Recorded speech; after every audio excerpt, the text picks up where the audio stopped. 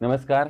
आपल्या सगळ्यांचं स्वागत आहे. आयकॉन स्टील प्रस्तुत बिल्ड आयकॉन या उपक्रमामध्ये. आज आम्ही आलोत नाशिकमध्ये आणि माझ्यासोबत आहेत इंजिनिअर संतोष तुपेजी, जे मागच्या ऑलमोस्ट 20 वर्षांपासून असं म्हणायला हरकत नाही या फील्डमध्ये काम करतायत. स्पेशली रेसिडेन्शियल फील्डवर त्यांचं जास्त काम चालू आहे. असं म्हणतात जसं अन्न, वस्त्र, निवारामधली ही फार माणसाची मूलभूत गरज आहे आणि त्या क्षेत्रावर ते काम करतायत. त्यामुळे त्यांचा आजपर्यंत हा प्रवास कसा होता, भविष्यातला प्रवास कसा असणार आहे, त्यांना आलेले अनुभव कसे आहेत, या सगळ्या संदर्भात आपण बिल्ड आयकॉन या प्लॅटफॉर्मवर त्यांच्याशी गप्पा मारणार आहोत. सो नमस्कार सर. गप्पांना आपण अशी सुरुवात करूया थोडंसं फ्लॅशबॅक पासून. ते म्हणजे मला विचारायचं आहे तुमची शैक्षणिक पार्श्वभूमी आधी विचारायची. म्हणजे शाळा कुठली होती, कॉलेज कुठलं होतं आणि सिव्हिल इंजिनिअरिंग या सेक्टरकडे येण्यामागची प्रेरणा कोणाची होती? प्रेरणास्थान कोण होतं, ज्यांच्यामुळे तुम्हाला असं वाटलं की आपण पण सिव्हिल इंजिनियर व्हावं? सांगायचं असं तर राय शिक्षण संस्था या स्कूलमध्ये मी 10वी पर्यंत केले. त्याच्यानंतर संजीवनी पॉलिटेक्निक म्हणून आहे, तिला आपण एक डिप्लोमाला ऍडमिशन घेतली. त्याच्या मागची प्रेरणा वडिलांचीच होती. वडील माझे स्पेशल ऑडिटर आहेत, त्यांच्यामुळे त्यांना असं वाटलं की बुवा ॲज अ इंजिनिअरिंग फील्ड किंवा ह्या लेवलला पुढे गव्हर्नमेंट जॉब्स आणि बाकीच्या गोष्टी करता येईल या हिशोबाने आपण करायला पाहिजे. त्यासाठी आपण त्या ऍडमिशन घेतली आणि देन मग तिथून पासआउट झालो. Very good. पण हे वडिलांची इच्छा होती, मग तुमची इच्छा काही वेगळी होती का कुठल्या माझी सेक्टरमध्ये इच्छा जावं? इंजिनिअरिंग करायची हीच एक इच्छा होती. पण सिव्हिल सिव्हिल फक्त ठरलं करायचं होतं. आमचं देन ठरत कल होतं होता. का कसं करायचं काय. मेकॅनिकल अँड सिव्हिल ह्या दोनच फील्ड होत्या माझ्यासाठी. त्यात सिव्हिल छान वाटली, मग आपण सिव्हिलमध्ये पुढं गोहेड झालो. गेलं काय म्हणते. मग सिव्हिल इंजिनिअरचा खरा एक प्रवास स्ट्रगल असा सुरू होतो ते म्हणजे डिग्री घेतल्यानंतर. मग त्याच्यानंतर आपण असं कुठेतरी सर्व्हिस प्रॅक्टिस करतो हो. थोडा अनुभव मिळवण्यासाठी आणि त्याच्यानंतर वैयक्तिक कन्सल्टन्सीला सुरुवात करतो प्रायव्हेट. तर जो स्वतः वैयक्तिक कन्सल्टन्सी सुरू केल्यानंतर जो पहिला प्रोजेक्ट घेतला, तर त्याची काय आठवण आहे? तो प्रोजेक्ट करताना काही अडचणी आल्या का? थोडंसं दडपण आलं का? तर कसा होता तो अनुभव पहिल्या प्रोजेक्टचा? पहिल्या प्रोजेक्टचा अनुभव असा आहे का मी जेव्हा सर्व्हिसला लागलोय त्यावेळेस मी एक बिल्डरकडे लागलो होतो. बिल्डरकडे असल्यामुळे तिथे आपल्याला नवीन नवीन गोष्टी काय आहे काय नाही काही माहीत नसतात किंवा मग त्यात अनुभव आहे की येतच चालतात. आपण ते ग्राफ्स करायचे आणि पुढं देन फॉरवर्ड व्हायचं. मी ॲक्च्युली मोठ्या फर्ममध्ये सर्व्हिसला लागलो होतो. अशोकराव बिल्डकॉनला होतो पहिले मी. 7-8 वर्ष तिथे केले. त्याच्यानंतर थोडासा एक्सपिरियन्स चांगला झाला. देन मग आपल्या फील्ड करायचं आपलं काहीतरी स्वतःचं करायचं ह्या हिशोबाने आपण बाहेर पडलो. बरोबर आहे. आता एक दुसरा महत्त्वाचा प्रश्न या क्षेत्रात आता काम करताना तुम्ही बघितलं असेल याच्यामध्ये अकुशल कामगारांचं प्रमाण फार मोठं आहे. अनस्किल्ड लेबर आपण ज्यांना म्हणतो आणि अशा लोकांना काही महत्त्वाची जबाबदारी दिली गेली तर मोठी दुर्घटना सुद्धा घडू शकते. त्यांना यातलं काही माहीत नसल्यामुळे. तर तुम्ही ही परिस्थिती कशी साईटवर हाताळता? आम्ही ॲक्च्युली तुम्हाला एक इन्सिडेंट सांगेल. अशोकराव असताना माझ्याबरोबर पण भरपूर इंजिनियर्स होते. मग आमच्या डे बाय डेच्या मीटिंग व्हायच्या. अशोका ग्रुप ISO असल्यामुळे त्यांच्याकडे खूप मीटिंग्स, खूप त्यांचे कॅटलॉग्स पाळले जायचे सगळे. तर त्या गोष्टीला मग आम्ही नंतर असं ठरवलं का आपण एक वर्कर्सची एक छोटीशी मीटिंग घेत होतो आम्ही दर वीकला. तर वीकला त्यांना सांगायचं बुवा हे सगळं असं झालं पाहिजे, हे असं झालं पाहिजे. पर्सनली एक वर्करला सांगण्यापेक्षा आपण जर समजा 100 वर्कर्सला एकदमच सांगितलं तर तो फरक पडेल. या हिशोबाने आम्ही ती मीटिंग अरेंज करत होतो आणि त्यांना थोडंसं मोटिवेशनल करायचं किंवा त्यांना सांगायचं की चांगली गोष्ट काय आहे, क्वालिटी काय असते, आपण हे केल्याने काय फरक पडणार आहे.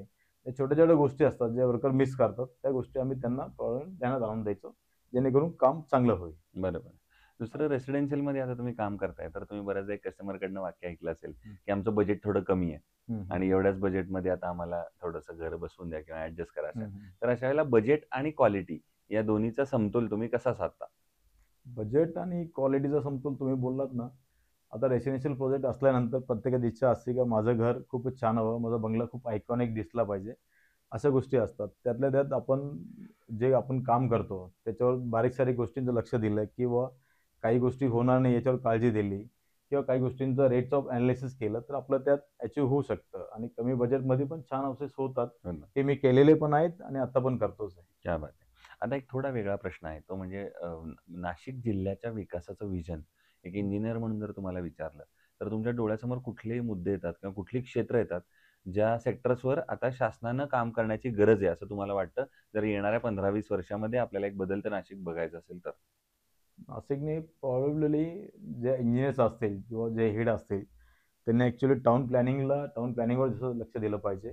जे रोड्स आहेत, रोडचे जे मेजरमेंट्स आहेत किंवा रोडला लागणारी जी विड्थ आहे, त्या विड्थ नंतर फुटपाथ आहे. या सगळ्या गोष्टी बघून आणि जसं आता नाशिकचे नियम पण चांगले स्ट्रॉंग झालेले आहेत. तर ते पार्किंगचं वगैरे आता आम्ही स्वतः अनुभवतोय. आमचे 4-5 प्लॅन पार्किंग फक्त बसत नाही याच्यामुळे अडले. पण आपण त्यात बसून ते होत आहे. त्यातल्या इंजिनियर चांगले काम करतात नाशिकचे. आणि नाशिक ही डेव्हलपमेंट सिटी असल्यामुळं तिथे ह्यूज स्कोप आहे त्यांना पण काम करण्यासाठी. तर त्यांनी असं करावं अशी एक इच्छा आहे. ठीक आहे. पण मग अशा वेळेला तुम्ही सांगितलं त्याप्रमाणे प्रशासनानं काय पावलं उचलली पाहिजेत, असं तुम्हाला वाटतं, जर या सगळ्याला अजून गती द्यायची असेल थोडी तर? प्रशासनाने हेच पावले उचलले पाहिजे का जास्तीत जास्त डेव्हलपमेंट कशी होईल आणि चांगली कशी होईल, सुटसुटीत कशी होईल ते एक त्याच्यावर प्रशासनाने जास्त ध्यान दिलं पाहिजे. हं, हं. जेणेकरून पार्किंगचे रूल्स कोणी तोडणार नाही किंवा ज्या गोष्टी अनऑथराइज घडतायत त्या कोणी करणार नाहीत. रोडवर कोणी अतिक्रमण करणार नाही किंवा ओपन स्पेसवर अतिक्रमण नाही झालं पाहिजे. हं. अशा बऱ्याच गोष्टी आहेत. आता ते इथं सगळ्याच गोष्टी सांगणं योग्य नाही बरोबर. किंवा आता अरे वाह! टाईम पण नाही. तर ते अगदीच. प्रशासनाला सगळ्या नोन आहेत. आहे. तर प्रशासन त्याच्यावर काम करतच आहे. बरोबर. ज्यातल्या ज्यात आपण किती देऊ शकतो अजून ते पण आपण एक बघितलं पाहिजे. आमच्या बाजूने आम्ही जे करतोय ते पार्किंग रूल्स सगळे अझ्युम करून किंवा ऑथराइज्ड ड्रॉइंग आलं पाहिजे बाहेर. त्या गोष्टीवर आमचा सुद्धा खूप भर असतो. बरोबर. दुसरं आतापर्यंत काम केलेल्या प्रोजेक्टपैकी एखादा आयकॉनिक प्रोजेक्ट सांगू शकाल का? की जो करताना एक वेगळा आनंद, समाधान मिळालं किंवा अभिमान वाटला, की अरे चला एक वेगळं काहीतरी केलं आपण या प्रोजेक्टमध्ये. असा एखादा प्रोजेक्ट? आयकॉनिक प्रोजेक्ट असे 2-3 आहेत, की जे फास्ट पण संपलेले आहेत आणि इंटिरियरच्या लेव्हलला पण एकदम ह्यूज स्कोप असल्यामुळे इंटिरियरमध्ये पण छान झालेले आहेत. असे 2-3 प्रोजेक्ट आहेत. पण त्यातला एक प्रोजेक्ट मी सांगेल, मी आत्ताच एक रिसेंटली अल्ट्राटेकचा अवॉर्ड विनिंग पर्सन आहे 2022ला बेस्ट प्रोजेक्ट ऑफ नाशिक. तर मी तो एक अर्बन पीक स्टाईल असं केलेला आहे. पीक हाऊस असं त्याचं नाव आहे. आर्किटेक्ट्स आहे पी-डी-पी आर्किटेक्ट्स म्हणून आहेत आणि होली सोल मी बघितलेला आहे तो. With material and then PMC असं त्यातलं कामाची रचना होती. ओके. तो छानच झालाय. आर्किटेक्ट्स व्ह्यू किंवा आपल्या अँगलनी जे काही करता येईल ते आपण दिलेलं आहे आणि 100% छान झालाय चांगला प्रोजेक्ट प्रोजेक्ट त्यामुळे आहे. मी ठीक तुम्हाला तो सांगू इच्छितो. आहे. दुसरं कन्स्ट्रक्शनमध्ये जेव्हा स्टील निवडण्याची वेळ येते, तेव्हा तुम्ही काय पॅरामीटर्स बघता स्टीलमधले आणि मग निवडता स्टील? स्टीलमधले पॅरामीटर्स ॲक्च्युअली टेस्टिंग लॅब आणि टेस्टिंग रिपोर्टवर आम्ही जास्त भर देतो आणि तो आयर्न कोर कुठला आहे किंवा त्यात किती पर्सेंटेज ऑफ आयर्न कोर करतात आहे किंवा त्यात तुम्ही आता रिसायकलिंगमधलं किती मटेरियल तुम्ही घेतात आहे याच्यावर त्या गोष्टी ठरतात आणि त्याचं जे टेस्टिंग होतं. माझ्याकडे प्रत्येक प्रोजेक्टला प्रत्येक लॉट येईल त्याला मला सर्टिफिकेट हवा असतं. मी सगळ्या प्रोजेक्टला सर्टिफिकेट मागतो सगळ्यांकडनं आणि ते घेतो पण. काही ठिकाणी टेस्टिंगला पण दिलेलं आहे मी. टेस्टिंग लॅबवर माझ्याकडं 100% प्रत्येक काँक्रिटिंगच्या वेळेस क्यूब भरले जातात. त्याला स्लम सगळ्या गोष्टी बघितल्या जातात. मी स्वतः उभा असल्यामुळे मला त्या गोष्टी सगळ्या नोन आहे. मी अशोकात क्वालिटी ॲज इंजिनियर होतो 5 वर्ष. त्यामुळे मला त्यातलं खूप नॉलेज असल्यामुळे मी ते करतोय. आणि ज्यांच्याकडे नॉलेज असलं त्यांनी ते शेअर केलेलं कधी पण चांगलं आहे असं चांगलंच माझं आहे. वाटतं. अगदीच. आयकॉन स्टील यापूर्वी कुठल्या प्रोजेक्टवर वापरलं होतं का?